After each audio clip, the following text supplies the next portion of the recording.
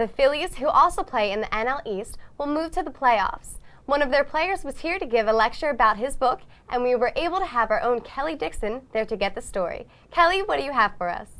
With the Major League Baseball season coming to a close, Philadelphia Phillies catcher Chris Coste came to Rider University to speak with students about his book.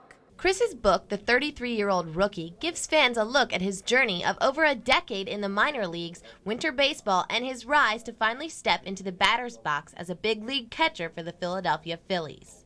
Students read Coste's book as a part of the curriculum for Dr. A.J. Moore's Sports Media Relations class, and on the last Phillies off day before their playoff push, the class had Coste all to themselves for over an hour, during which he gave an in-depth explanation of his motives for writing the book. The students then had the opportunity to ask Coste any questions that they had. After the lecture, Chris sat down with us to explain how he wrote with the goal of appealing to all audiences and his ideas of a successful book. One of the thoughts in my head was, I want a 10-year-old to read it and a 50-year-old to read it. I didn't want it to be just simply, here's my story. I wanted the roller coaster ride. I wanted to explain that. Just a few days after Chris left Rider University, the Phillies earned their spot in the playoffs with their 4-3 clinch win over the Washington Nationals. With the playoff season already underway, we at the Rider Sports Corner would like to wish the Philadelphia Phillies the best of luck. This has been Kelly Dixon. Moving from football to hockey, but of the field variety, our own women played a game this past weekend in some interesting conditions. Patty Wittenberg was there. Well, it's a miserable day here at the field hockey home opener against Radford College, but many fans still came out to support our Lady Broncs. The women's field hockey team slipped and slided their way through their first home game this year. They managed to fight through the conditions and ended the first half with the score tied at 0. The players weren't the only ones that had to endure the weather. With temperatures dipping to a brisk 55 degrees with a 50-degree wind chill factor, the loyal fans couldn't be kept away. The Broncs lost to Radford when Radford scored a lucky goal in the second half. Coach Lori Hassong doesn't think that the weather had anything to do with the ladies' performance. It's not the best conditions to play, but both teams are playing on the same field. And today's game was a matter of who wanted it more. And I think they wanted it more than us. Goalkeeper Lindsey Johnson explains her performance during this game and how she keeps her composure under pressure.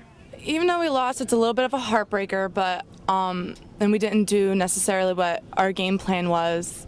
Individually, I thought I did okay, but I felt like I could have helped my team out better by directing better, communicating better, showing better leadership. But when you just direct each other and help your defense to basically be the cover before it hits you, you want them to get the ball before it reaches me. So as long as I just keep my composure and tell myself that, this is what we do, this is what we practice, and they'll get the ball out, basically trust each other and have confidence in your defense, then that's the only way you can keep your composure.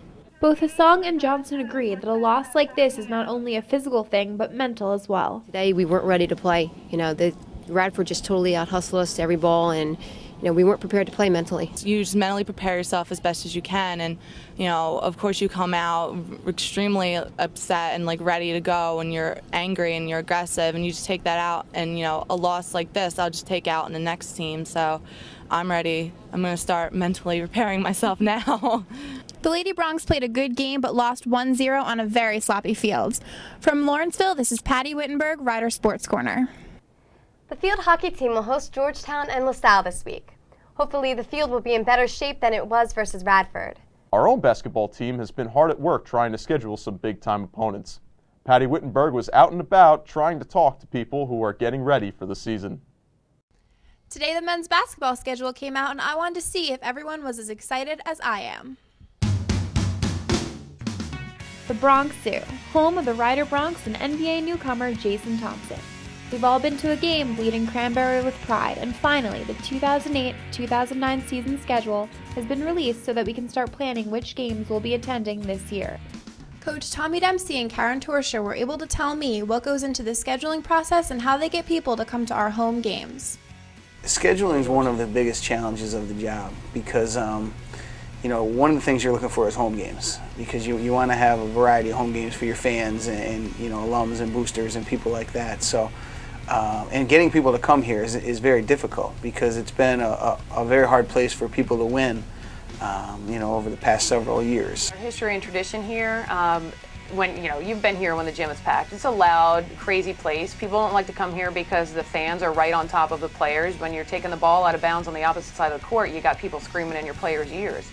So it's intimidating. I mean, Rob Kennedy, who's a CN8 analyst, has said that on the East Coast, this is the second worst place to play behind Duke's Cameron Indoor Stadium. So that's quite a comment to make about our little alumni gym. Rider pride is evident here at the zoo, and it's no wonder that other teams are afraid to come play here, since we only allow them to bring a very small number of their own fans to cheer them on. We actually limited, it's only about 60. Sometimes they'll request additional ones, maybe they're doing an alumni function.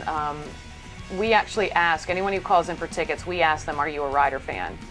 If some people say no, and we will tell them, well, unfortunately, we're sold out. In the case of Siena last year, when it was a home game, we had the 10-game winning streak going. We had a lot of Siena people trying to buy tickets, and we told them no. When it got down to the last 2 games of the season, when we were sold out, we actually had several people who were our opposing team's fans camping out at Starbucks trying to get the student tickets off of them. So we limit the number of seats because we don't want our gym filled with non-Rider fans. The visiting teams can only sit behind their bench, and we're required to give 60 comps to each team. Be sure to come and check out the Bronx play at their MAC home opener on November 7th. From the Alumni Gym, this has been Patty Wittenberg for the Rider Sports Corner. Let's go Bronx!